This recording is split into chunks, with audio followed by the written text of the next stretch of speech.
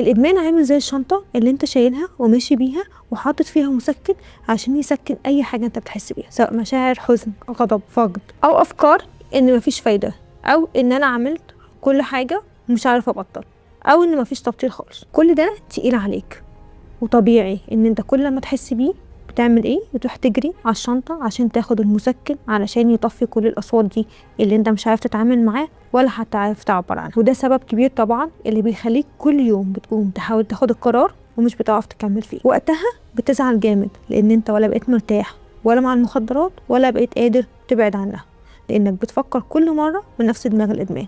وده اللي بيحصل في رمضان او بيحصل في اي مناسبه، ان انا لما اتجوز هبطل، ان لما يجي رمضان هحاول ابطل، هلاقي شغلانه هحاول ابطل.